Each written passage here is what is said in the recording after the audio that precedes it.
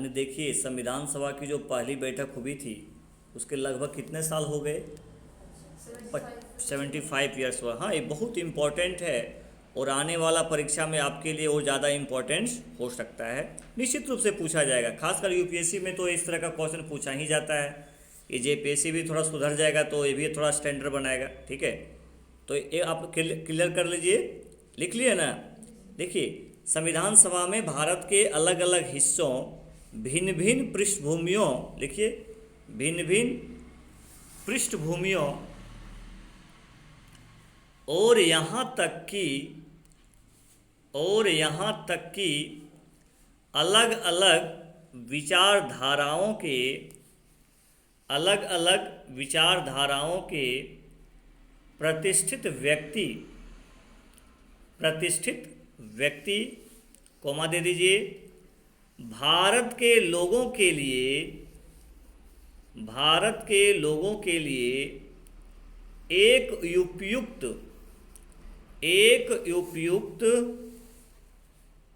संविधान प्रदान करने के उद्देश्य से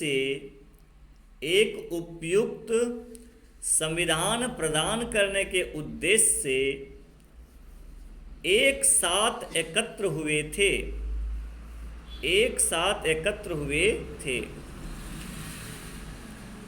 अब नेक्स्ट इंपॉर्टेंट पॉइंट बनाइए, मतलब हेडलाइन दे करके, भारत की संविधान सभा के बारे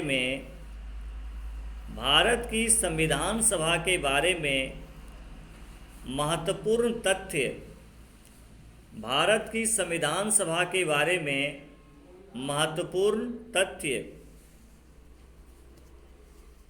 महत्वपूर्ण तथ्य लिखिए। पहला पॉइंट लिखिए, संविधान सभा का विचार,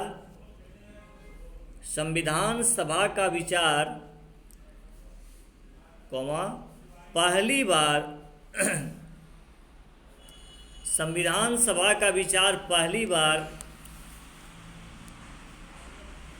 एम एन रॉय द्वारा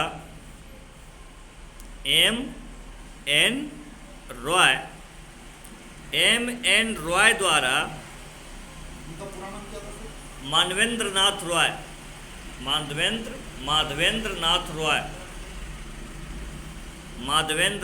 रॉय, ठीक है, एम एन रॉय द्वारा प्रस्तुत किया गया था।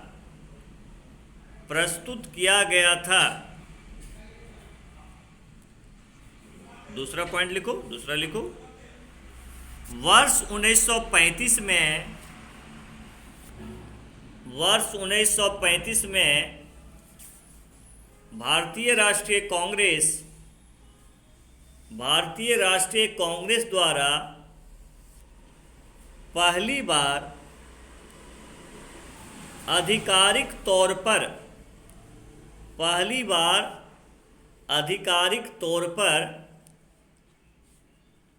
भारत के लिए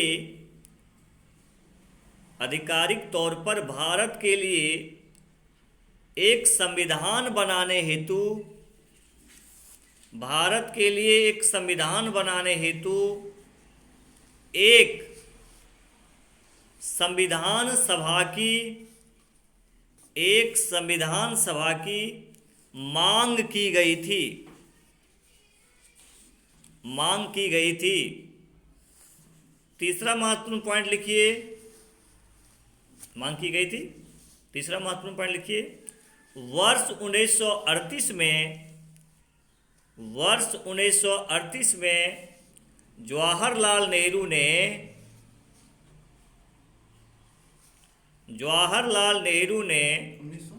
38 में 1938 जवाहरलाल नेहरू ने संविधान के संबंध में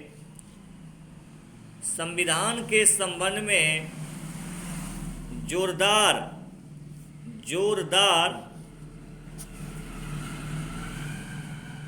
वक्तव्य मतलब अपना विचार, वक्तव्य देते हुए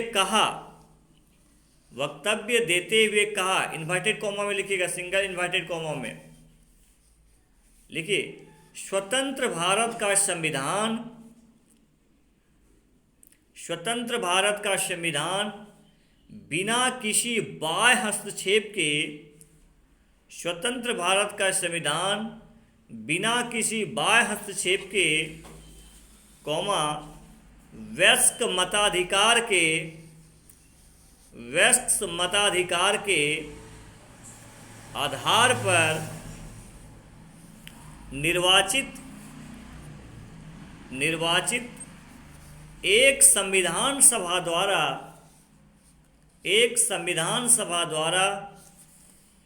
बनाया जाना चाहिए, एक संविधान सभा द्वारा बनाया जाना चाहिए। चौथा महत्वपूर्ण पॉइंट लिखिए, संविधान सभा की मांग को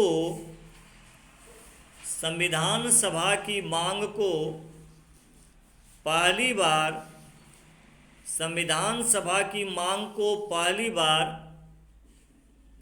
ब्रिटिश शासन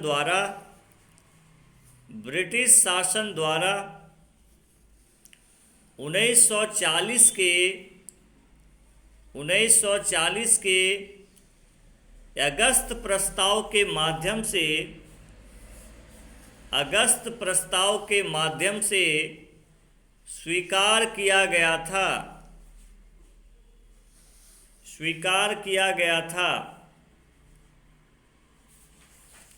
क्या लिखिए? स्वीकार किया गया था। पांचवा लिखिए,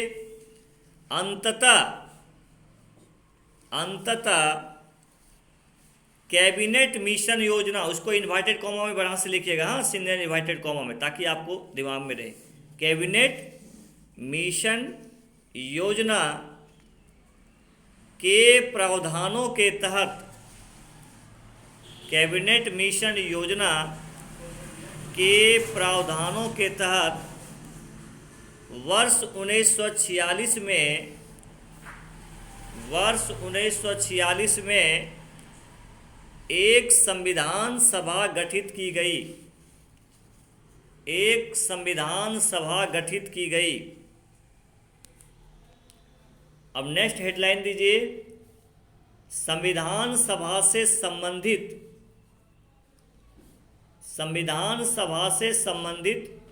कुछ महत्वपूर्ण बिंदु।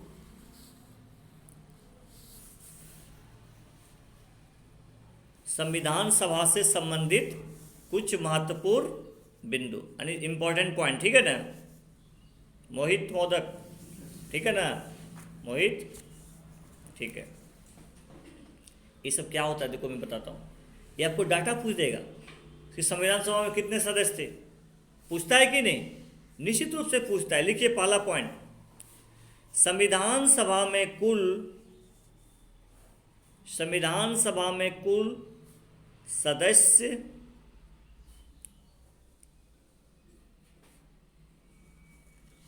डैश कर दो, डाटा याद रखना, 389, 389।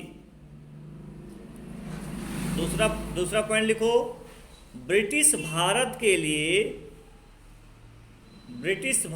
लिए 296 सीटों, ब्रिटिश भारत के लिए 296 सीटों और देसी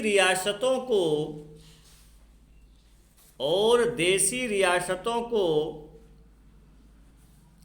93 सीटों का आवंटन। देखिए आपको मालूम होना चाहिए कि जब ब्रिटिश का शासन यहाँ था तो कुछ राजवाड़े इलाका भी था, आपको मालूम होना चाहिए, जैसे जम्मू कश्मीर था, जूनागढ़ था, हैदराबाद और इस तरह के कई थे, ठीक है ना। तो वहाँ से देसी रियासतों को कितना सीट दिया गया? 93। हाँ, नेक्स्ट महत्वपूर्ण पॉइंट उसी में लिखो, next important point, British Bharat के लिए आवंटित की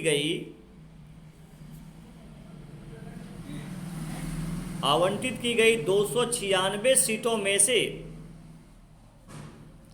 296 सीटों में से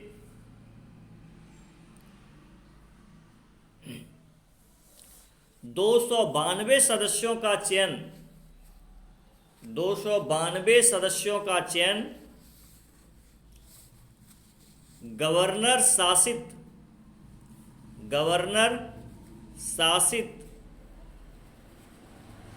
प्रांतों 11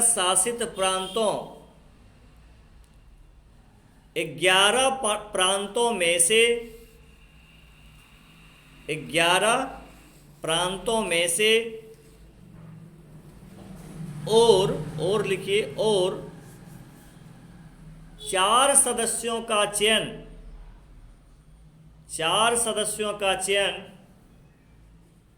मुख्य आयुक्त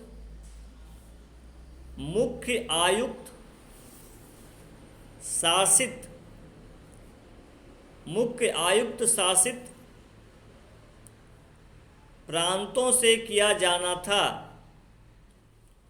मुख्य आयुक्त शासित प्रांतों से किया जाना था।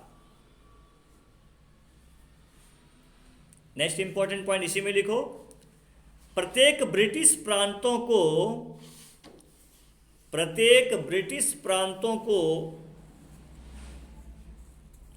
आवंटित सीटों का निर्धारण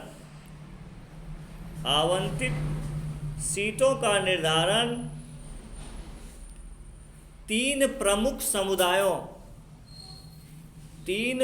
समुदायों डैश करो मुस्लिम कॉमा सिख व सामान्य के बीच मुस्लिम सिख व सामान्य के बीच किया जाना था।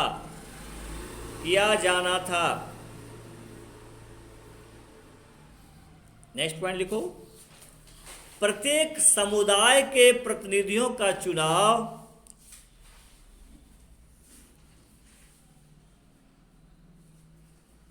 क्या लिखे? प्रत्येक समुदाय के प्रतिनिधियों का चुनाव प्रांतीय असेंबली में उस समुदाय के सदस्यों द्वारा किया जाना था। चुनाव के बाद क्या होगा? चुनाव प्रांतीय असेंबली में उस समुदाय के सदस्यों द्वारा किया जाना था, कॉमा दे दो, और एकल संक्रमणीय मत के माध्यम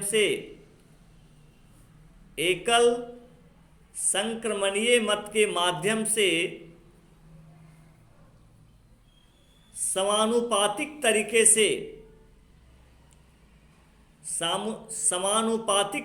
से मतदान किया जाना था।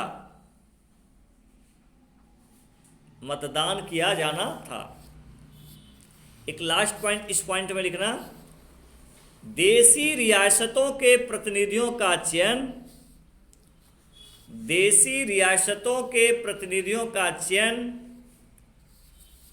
इन रियासतों के प्रमुखों द्वारा किया जाना था। अब एक नेक्स्ट पॉइंट बना बाबू, जैसे मान लो कोई देशी रियासत है, मान लो एक राजा रजवाड़ा का इलाका है। अब यहां से कौन जाएगा संविधान सभा में, उसका डिसाइड कौन करेगा? उस राज्य का जो मालिक होगा, मान लो राजा होगा तो राजा डिसाइड करेगा कि संविधान सभा में मेरे राज्य से कौन प्रतिनिधि करेगा। समझे ना? एक ही जन जाता है, एक ना ज्यादा, एक ही जाएगा, हर जगह से एक। ठीक है, अब नेक्स्ट पॉइंट बनाओ, नेक्स्ट हेडिंग दो। संविधान सभा की संरचना के संदर्भ में, संविधान सभा की संरचना के संबंध में संक्षिप्त अवलोकन।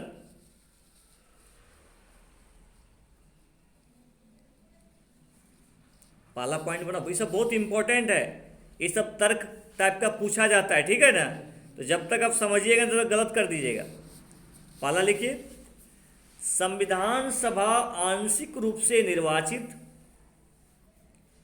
संविधान सभा आंशिक रूप से निर्वाचित और आंशिक रूप से नामांकित, आंशिक रूप से निर्वाचित और आंशिक रूप से नामांकित निकाय थी। देख रहे हैं कहीं पे चुनाव भी हो रहा है, कहीं पर लोग नाम नॉमिनेट भी कर रहे हैं, नामांकित निकाय थी। दूसरा पॉइंट लिखो इसमें, सदस्यों का चयन, सदस्यों का चयन अप्रत्यक्ष रूप से, सदस्यों का चयन अप्रत्यक्ष रूप से प्रांतीय व्यवस्थापिका के सदस्यों के द्वारा, सदस्यों का चयन अप्रत्यक्ष रूप से प्रांतीय व्यवस्थापिका के सदस्यों के द्वारा किया जाना था, कौमा, जिनका चुनाव एक सीमित मताधिकार के आधार पर, एक सीमित मताधिकार के आधार पर किया जाना था।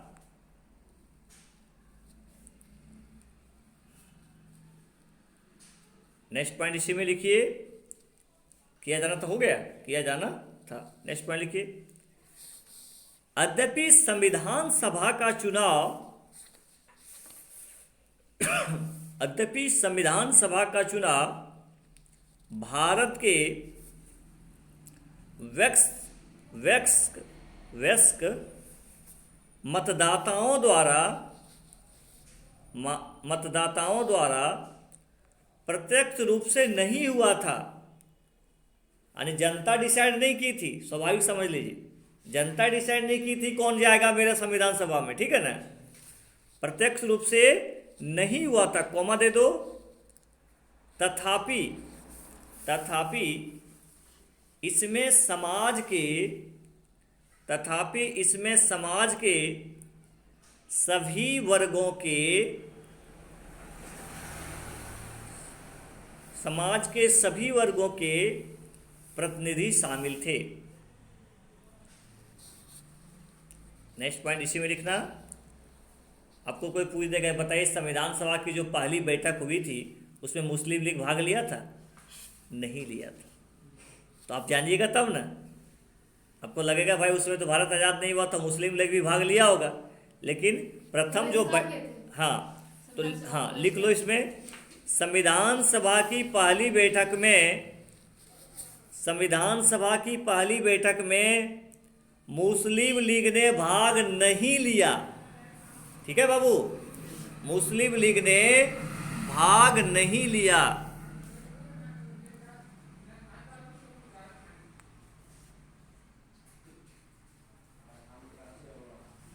नेक्स्ट इंपॉर्टेंट पॉइंट इसी में लिखना, संविधान सभा द्वारा 2 साल, संविधान सभा द्वारा 2 साल, 11 महीने, 2 साल 11 महीने और 18 दिनों की अवधि में, 18 दिनों की अवधि में 11 सत्र आयोजित किए गए।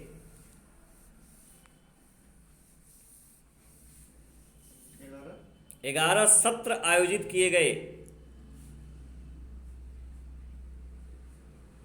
नेक्स्ट पॉइंट लिखो, संविधान सभा का अंतिम सत्र, संविधान सभा का अंतिम सत्र 24 जनवरी 1950 को आयोजित किया गया था।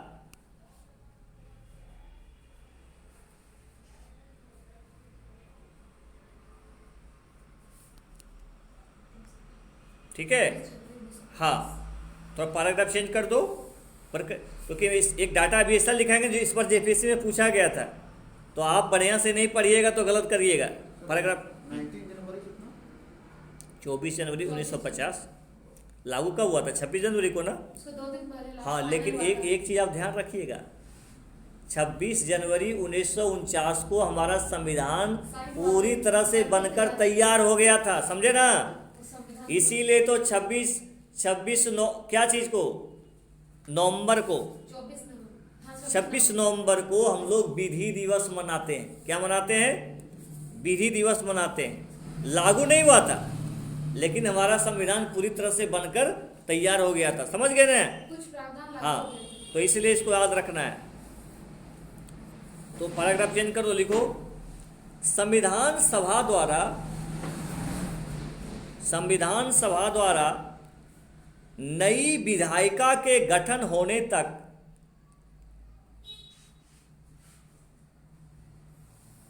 संविधान सभा द्वारा नई विधायिका के गठन होने तक या अस्थाई विधायिका, इसको सिंगल इन्वर्टेड कॉमा में लिखिएगा, या अस्थाई विधायिका के रूप में, या अस्थाई विधायिका के रूप में कार्य किया गया। इस दौरान, पूर्णविराम के बाद, इस दौरान संविधान सभा द्वारा किए गए कुछ प्रमुख कार्य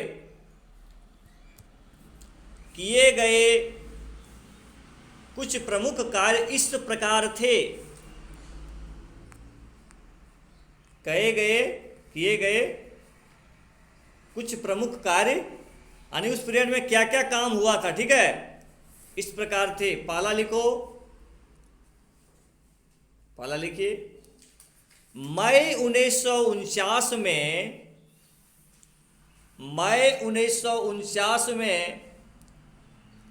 राष्ट्रमंडल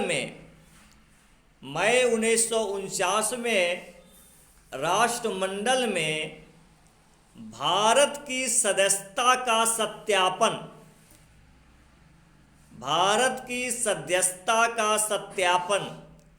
यानी एक डाटा आपको ये मिल रहा है कि भारत राष्ट्रमंडल में कब शामिल हुआ था, 1949 में। याद रखिएगा, ये भी आपको कंपटीशन में पूछा सकता है। दूसरा पॉइंट लिखो, ये तो हो गया कि भाई सत्यापन कर दिया।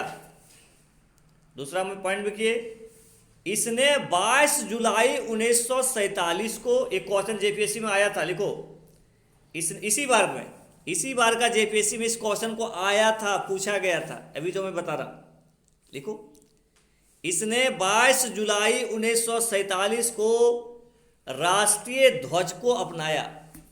ये तिरंगा जो है ना, इसको अपनाया, राष्ट्रीय ध्वज को अपनाया।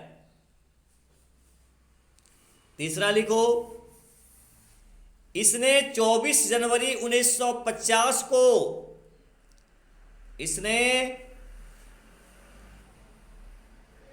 क्या लिखे, 22 जुलाई लिखे थे ना, 22 जुलाई 1947 को राष्ट्रीय ध्वज को अपनाया। तीसरा क्या लिखे, इसने 24 जनवरी 1950 को राष्ट्रगान को अपनाया।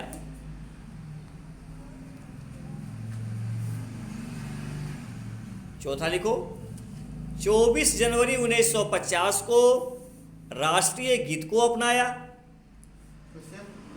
हाँ, चौथा पॉइंट में 24 जनवरी 1950 को राष्ट्रीय गीत को अपनाया।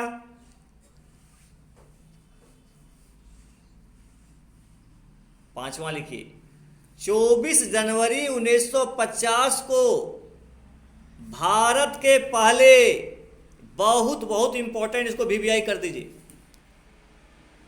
पांचवा में। 24 जनवरी 1950 को भारत के पहले राष्ट्रपति के रूप में डॉक्टर राजेंद्र प्रसाद को चुना। यही सब काम कर रहा है, सब यही, ये जो संविधान सभा था ना, इसके माध्यम से ही सारा कार्य संचालित हुआ, इसलिए याद रखिएगा। हाँ, बिल्कुल बिल्कुल।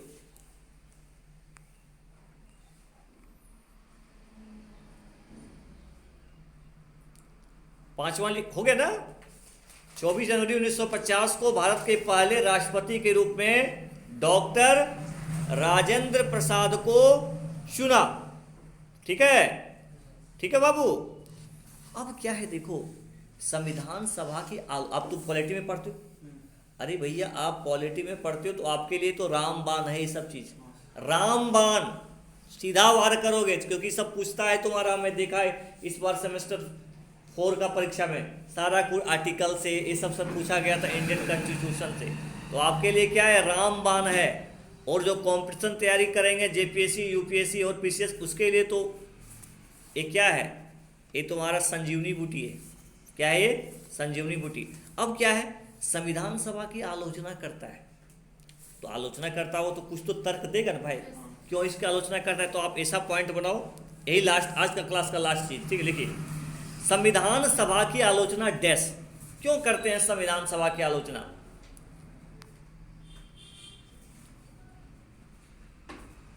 पाला लिखिए, ये सब तुमको क्या पूछा जाएगा, क्रिटिसिज्म ऑफ द, है ना, डिसएडवांटेज। हाँ ऐसा करने का है। क्यों हुआ, है ना, कॉन्स्टिट्यूशनल कमेटी का क्यों क्रिटिसिज्म किया गया, क्यों आलोचना किया गया। लिखिए पहला पॉइंट, संविधान सभा कौमा प्रतिनिधि निकाय नहीं थी। संविधान सभा प्रतिनिधि निकाय नहीं थी। संविधान सभा प्रतिनिधि निकाय नहीं थी, कौमा दे दीजिए। क्योंकि सदस्य यानी उसके मेंबर, क्योंकि सदस्य प्रत्यक्ष रूप से यानी डायरेक्ट प्रत्यक्ष रूप से निर्वाचित नहीं किए गए थे। प्रत्यक्ष रूप से निर्वाचित नहीं किए गए थे। समझ गए ना, ये पहला पॉइंट हो गया, आलोचना इसके आधार पर होता है। दूसरा पॉइंट लिखिए, यह एक संप्रभु निकाय नहीं था। यह एक संप्रभु निकाय नहीं था क्योंकि यह ब्रिटिश, हाँ, क्योंकि यह ब्रिटिश आदेश के आधार पर, हाँ लिखो, हाँ बिल्कुल, क्योंकि यह ब्रिटिश आदेश के आधार पर गठित की गई थी। ब्रिटिश बोला तब ने गठित किया भाई, यानी कोई बोल रहा है तब गठित कर रहा है ना, कि भाई तुम संविधान सभा का गठन करो, तो किसी के आदेश पर न किया है। तो हाँ बिल्कुल। क्या लिखना है, यह एक संप्रभु निकाय नहीं था क्योंकि यह ब्रिटिश आदेश के आधार पर गठित की गई थी। तीसरा पॉइंट लिखो, संविधान का निर्माण करने में अनावश्यक रूप से लंबा समय लगा। देखो तो कब शुरू हुआ और कब बना, इतना दिन में बनाया, बहुत लंबा समय लगा कि नहीं लगा? नहीं लगा। अभी जो मैंने आपको डाटा दिया, इतना समय नहीं लगना चाहिए था, एक लंबा समय लगा। क्या लिखे, संविधान का निर्माण करने में अनावश्यक रूप से लंबा समय लगा। चौथा पॉइंट लिखिए, इसके सदस्यों में मुख्य रूप से कांग्रेस पार्टी का वर्चस्व था। ये भी आलोचना होता है कि सभी लोग वही कर दिया, वही लोग का था पार्टी का सदस्य। मुख्य रूप से इसके सदस्यों में मुख्य रूप से कांग्रेस पार्टी का वर्चस्व था। कांग्रेस पार्टी का वर्चस्व था। पांचवा लिखो, इसमें वकील राजनेताओं का प्रभुत्व काफी अधिक था। इसमें वकील, है ना जी, राजनेताओं का प्रभुत्व काफी अधिक था। छठा लिखो, इसमें मुख्य रूप से हिंदुओं का वर्चस्व था, है ना। इसमें मुख्य रूप से हिंदुओं का क्या था, वर्चस्व था। कोई दिक्कत किसी को? तो आप जितना भी पॉइंट आपको मैं लिखाया उसको एक बार घर में आप पढ़ लीजिएगा, हाँ, क्योंकि ये चीज़ से हम आपको पूछेंगे और आपको जानकारी होनी चाहिए कि नेक्स्ट संडे को हम लोग टेस्ट लेंगे, ठीक है। आपको जो हम बताएंगे उसी के अंदर लेंगे, उससे बाहर नहीं देंगे। तो आप लोग का जो पूजा एस एकेडमी का जो मैं ग्रुप बनाया हूँ उसमें आप लोग को करंट अफेयर्स भी भेज देंगे, ताकि उसको भी आप लोग पढ़ते रहिए नियमित रूप से, क्योंकि देखो सिविल सेवा परीक्षा में करंट अफेयर्स का बहुत ज़्यादा वेट है, बहुत ज़्यादा वेट है, ठीक है। और नियमित रूप से आइए, मैं देखता हूँ कि इस समय को थोड़ा एक्सटेंड कर पाता हूँ तो करने का कोशिश करूँगा, ताकि और भी बच्चे जुड़ सकें, ठीक है। तो चलिए आज का क्लास यहीं रखते हैं, फिर हम लोग नेक्स्ट क्लास में जुड़ेंगे। शाम को आप लोग जुड़िएगा, ठीक। देखो ये आप ही लोग का क्लास है ना।